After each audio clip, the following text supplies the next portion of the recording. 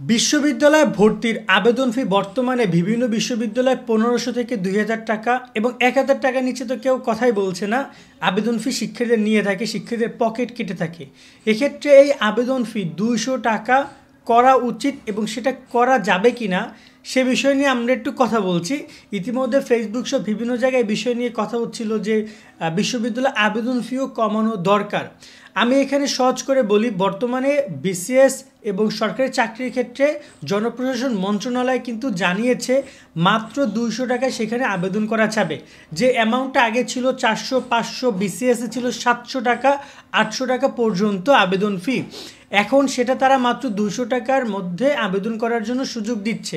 এতে করে সরকারি চাকরি যারা প্রত্যাশী ছিল, যারা বিভিন্ন জায়গায় কোনো জায়গায় নিয়োগ বিজ্ঞপ্তি দিলেই তারা ঝাঁপিয়ে পড়তে আবেদন করার জন্য, তবে অনেকে টাকার অভাবে হিসাব নিকাশ করে আবেদন করতে হতো, তারা এখন সেটা কম করবে এবং সব জায়গায় আবেদন করার মতো করে তারা চেষ্টা করবে, এই একটা ব্যাপার। এবং এতে বলা যায় যে বিসিএসের যে 3 লাখ 3.5 লাখ আবেদন পড়ে সেটা এখন আরও বেড়ে যাবে, আবেদন সংখ্যাটা 4 লাখ 4.5 লাখও যেতে পারে, কেননা আবেদনের ফিটা তারা কমিয়েছে। এক্ষেত্রে বিশ্ববিদ্যালয়ে ভর্তি পরীক্ষার ক্ষেত্রে ব্যতিক্রম কেন? কারণ বিশ্ববিদ্যালয়ে ভর্তি পরীক্ষা আর এই যে বিসিএস বা সরকারি চাকরির পরীক্ষা অলমোস্ট কিন্তু কাছাকাছি। তারাও যেভাবে পদ্ধতিতে পরীক্ষা নেয়, এমসিকিউ লিখিত, এবং এখানে যদি বলি পরীক্ষার যে কেন্দ্রগুলো, শিক্ষক যাদের দায়িত্বে থাকে, সব মিলেমিশে কিন্তু বলা যায় যে কাছাকাছি, একদম হুবাহু মিলবে না কিন্তু কাছাকাছি রয়েছে। এই জায়গায় কেন বিশ্ববিদ্যালয়ে ভর্তি ফি কমানো যাবে না? বিশ্ববিদ্যালয়ে ভর্তি ফির ক্ষেত্রে যদি বলে, আমরা ঢাকা ইউনিভার্সিটি বলে, আমরা বুয়েট বলে, মেডিকেল আবেদন চলছে, বিভিন্ন জায়গায় কিন্তু 1500 2000 টাকা 1000 টাকার নিচে অ্যাপ্লাই করা যাচ্ছে না। এবং একজন শিক্ষার্থী যে কিনা চিন্তা করছে, ধরো না তুমি একজন শিক্ষার্থী, তুমি চিন্তা করছো ভালো একটা বিশ্ববিদ্যালয়ে ভর্তি হবা, মানে তোমার কোনো টার্গেট নেই, তুমি সব জায়গায় আবেদন করবা, তাহলে তোমাকে কোথায় কোথায় আবেদন করতে হচ্ছে তুমি দেখো। তোমাকে ঢাকা ইউনিভার্সিটি, তোমাকে রাজশাহী ইউনিভার্সিটি, তোমাকে চিটাগং ইউনিভার্সিটি, তোমাকে তোমার হচ্ছে যে জাহাঙ্গীরনগর, জগন্নাথ, 5টা বিশ্ববিদ্যালয়ে তোমাকে আবেদন করতে হচ্ছে। তুমি কৃষি গুচ্ছতে আবেদন করবা একটা, আবার তুমি এখানে মেইন সাধারণ গুচ্ছতে আবেদন করবা, প্রত্যেকটার জন্য 500 টাকা 700 টাকা করে দিতে হবে। তারপর তুমি বুয়েটে আবেদন করো, কুয়েটে আবেদন করো, মোটামুটি দেখা যায় যে তোমাকে 10 জায়গায় আবেদন করতে হচ্ছে। যদি অন অ্যাভারেজ সব 10 জায়গায় 1000 টাকা করে আমরা ধরি আবেদন ফি, তাহলে কিন্তু সেটা 10,000 টাকা। বাস্তবিক অর্থে কি তুমি এখানে কলেজগুলোর কি কোনো লাভ নেই বা বিশ্ববিদ্যালয়ের কি কোনো লাভ নেই?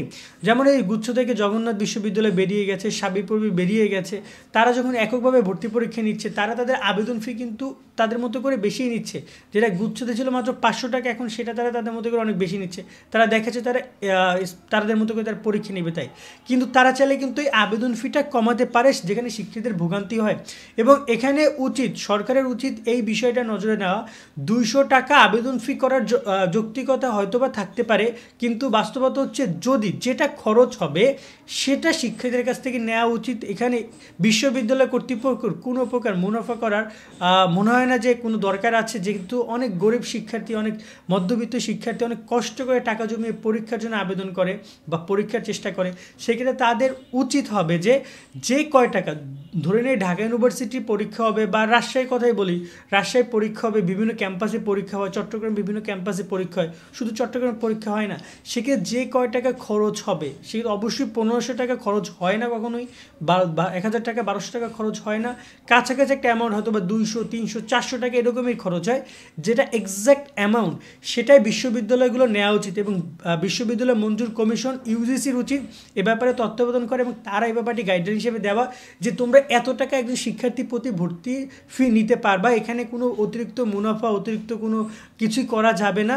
এবং এখানে সম্পূর্ণ কার্যক্রমটা যেমন এখানে যদি বলি আমি, বুয়েটে প্রাক নির্বাচনী আছে, তারপর লিখিত পরীক্ষা আছে, চূড়ান্ত পরীক্ষা, বা এখানে চেষ্টা করতে হবে প্রথম শিক্ষা যারা টিকবে তাদের ক্ষেত্রে একটা নর্মাল অ্যামাউন্ট নিতে হবে, আবার যারা চূড়ান্ত পরীক্ষা যাবে তাদের লাগলে আরেকটা নেক্সট অ্যামাউন্ট দিয়ে ভর্তি হতে হবে বা ভর্তি পরীক্ষা দিবে। কারণ যে একজন শিক্ষার্থী সে 1200 বা 1000 টাকা দিয়ে সে অ্যাডমিশন নিচ্ছে, সে কিন্তু চূড়ান্ত ভর্তি পর্যন্ত যেতে পারছে না, সো তার টাকাটা কিন্তু ওই পর্যন্ত খরচ হচ্ছে না। সেক্ষেত্রে সে হয়তো বা 200 টাকা 300 টাকা দিয়ে অ্যাপ্লাই করবে, তার যেটুকু খরচ হবে, যদি সে আবার ফাইনাল অ্যাডমিশনে টিকে যায় সেখানে তার যতটুকু খরচ হবে সেটা সে আবার নতুন করে দিয়ে সে তার চূড়ান্ত ভর্তি কনফার্ম করবে। এরকম প্রসেসটা প্রসিডিউরটা করা উচিত এবং বিশ্ববিদ্যালয় মঞ্জুর কমিশনের উচিত, শিক্ষা মন্ত্রণালয়ের উচিত এই বিষয়টি ভাবা যে হ্যাঁ 200 টাকা 300 টাকার মধ্যে বিশ্ববিদ্যালয়গুলোর আবেদন ফি করতে হবে। কেননা বিশ্ববিদ্যালয়ের শিক্ষার্থীরা যারা এখন ভর্তিত শিক্ষার্থী সবাই এসএসসি কমপ্লিট করে এসেছে, সবাই সবার পরিবারের টাকাই করছে, একটা জায়গায় পরীক্ষা দিতে গেলেও কিন্তু এক্সট্রা একটা খরচ আছে, মিনিমাম 2000-3000 টাকার নিচে তো আর হয় না, এখন গাড়ি ভাড়া এখান থেকে ওখানে 1000 টাকার নিচে তো হয় না। সো এই যে শিক্ষার্থীর খরচ, যাতায়াত খরচ, থাকা খাওয়ার খরচ, এটা তো শিক্ষার্থীকে বহন করতে হয়। 10টা জায়গায় পরীক্ষা দিতে গেলে শুধু আবেদন ফি 10,000 টাকা নয়, আবেদন ফি এর সাথে আরও 30-40 হাজার টাকা খরচ হয় শুধুমাত্র ওই শিক্ষার্থীর যাতায়াত বাবদ। এই একজন শিক্ষার্থী যেখানে মধ্যবিত্ত, যেখানে দরিদ্র, তার পক্ষে কিন্তু এত জায়গায় সম্ভব নয়। সে হয়তো বা 1-2 জায়গায় দিয়ে ট্রাই করে, হইলো না হইলে সে টাটা বাই বাই এমনটা ব্যাপার, তার জীবনটা ওখানে থেমে যায়, সে পরবর্তীতে অন্য কোথাও অ্যাডমিশন নেয়।